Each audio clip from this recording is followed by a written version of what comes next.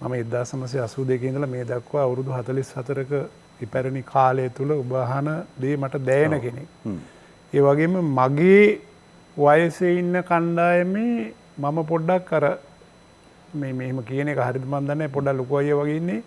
මම මොකද මාත් එක්ක ලොකු සෙට් එකක්ම විශ්‍රාම යනවා තව අවුරුදු 2ක් 3ක් ඇතුළත.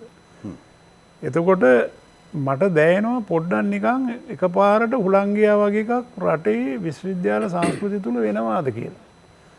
ඒක ඔබ අහන විදිහට මට දැනෙනවා පොඩි.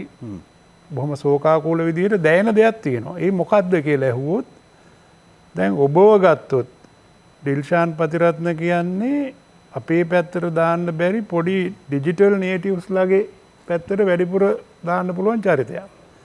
හැබැයි වසන්තයි මායි නියෝජනය වෙන්නේ අර පැරණි නූතන අධ්‍යයතනාවදී කියන්නේ ඩිජිටල් නේටිව්ස් ලගේ මේ තුනේම අපි සැරිසරනවා.